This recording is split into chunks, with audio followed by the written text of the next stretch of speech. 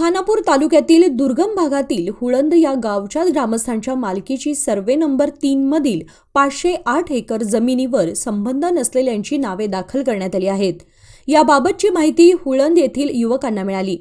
याबाबतची कागदपत्रांची पडताळणी केली असता गावातील वयोवृद्ध नागरिकांच्या अशिक्षितपणाचा फायदा घेऊन काही एजंटांनी ग्रामस्थांची मालकी कमी करून फक्त मोजक्याच जणांची नावे दाखल करून आपली 3 नावे दाखल केली आहेत। हे निदर्शनास येताच ग्रामस्थांनी बैठक घेऊन याबाबत न्यायालयात दाद मागण्याचे ठरवण्यात आले असून तहसीलदार, जिल्हाधिकारी, मुख्यमंत्री, महसूल मंत्री यांच्याकडे लेखी तक्रार करणार असल्याचे तरुण भारतशी बोलताना सांगितले। नमस्ते, मी गावचा नागरिक आहे। आम्ही कामाच्या विषयामध्ये गोव्याला कामाला असतो आणि आमचे आई वडील असतात सगळे गोव्याला घराकडे असतात आणि पूर्ण आमच्या गावाचं पूर्वीचा तर परिस्थिती अशी आहे की कुणाला असं जास्त शिक्षण पण नाही। विषय झाला कसा गैरफायदा घेतला या गोष्टीचा की आमची 508 एकर जमीन सर्वे नंबर 3 ते आमचा गैरफायदा घेतला की आमच्या आई वडिलांचे जे नाव वाचले त्यांचं पण कमी केलं आणि या मीडिया लोकांनी आपलं नाव घातलं। जे मध्यस्थी लोक होती त्यांच्या वारसा करून देतो तुमचा म्हणजे सगळं सपोर्ट करून जे अपेक्षा दाखवली त्याचा गैरफायद्यासाठी घेतला। आम्ही एवढीच विनंती करतोय की आम्हाला चांगला न्याय मिळावा आहे। कुणी दाखल के कोण नावं दाखल केलं आहे तुमच्या? नाव पाकरे। मी पण एक हुळंदगावचा नागरिक आहे, पण आता सध्या गोंधळीला असतो। वासुदेव नारायण गावडे हे माझ्या वडिलांचं नाव आहे आणि लहू वासुदेव गावडे मी म्हणजे वासुदेव त्यांचा मुलगा मी आहे। मी इथं गोंधळीला असल्यामुळे आणि आमचं वडील पण इकडं असल्यामुळे आम्हाला काही ते कळालं नाही। एक वेळा आम्हाला सांगितलं की नवीन फ्रेश काहीतरी उतारे वगैरे म्हणजे नावं वगैरे चेंज करणार, नावं घालणार असं म्हणून सांगितलं। फोटो वगैरे दे म्हटलं, आम्ही दिलं, आम्हाला काय माहीत नाही।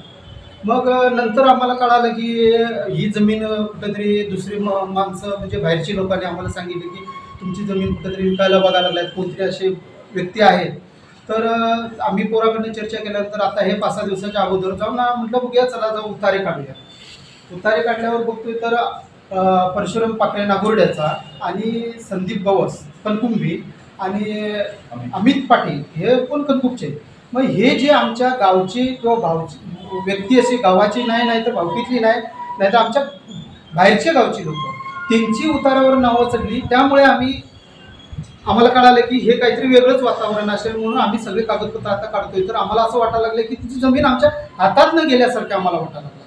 ती जे कागदपत्र थोडीशी बघितले तर आम्हाला वाटायला लागलं की कायद्याने बघायला गेलं तर त्यांच्यानी थोडंफार काम करून घेतलं, पैसे देऊन करून घेतलं का आणि कुणी काय केलं हे का आम्हाला माहीत नाही। तर आम्ही आता पहिल्यांदा म्हणजे आमच्या मनात असं आलं की आम्हाला आता सपोर्ट मिळणार कुठं तर तरुण भारत पेपरकडे आपण जावं आणि आपलं एक बाबा त्यांच्याशी संपर्क साधून आम्हाला काहीतरी उमेद वाटली की आम्हाला तिथं पहिले पेपरशी गाठत जावं।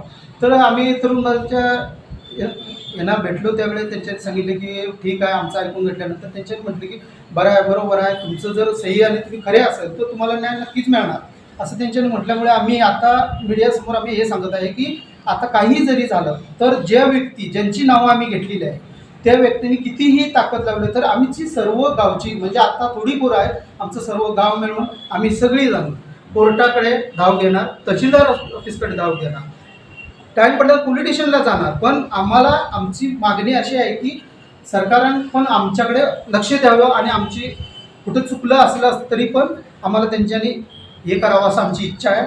आणि तरुण भारत पेपरवाल्यांना पण आमचा धन्यवाद।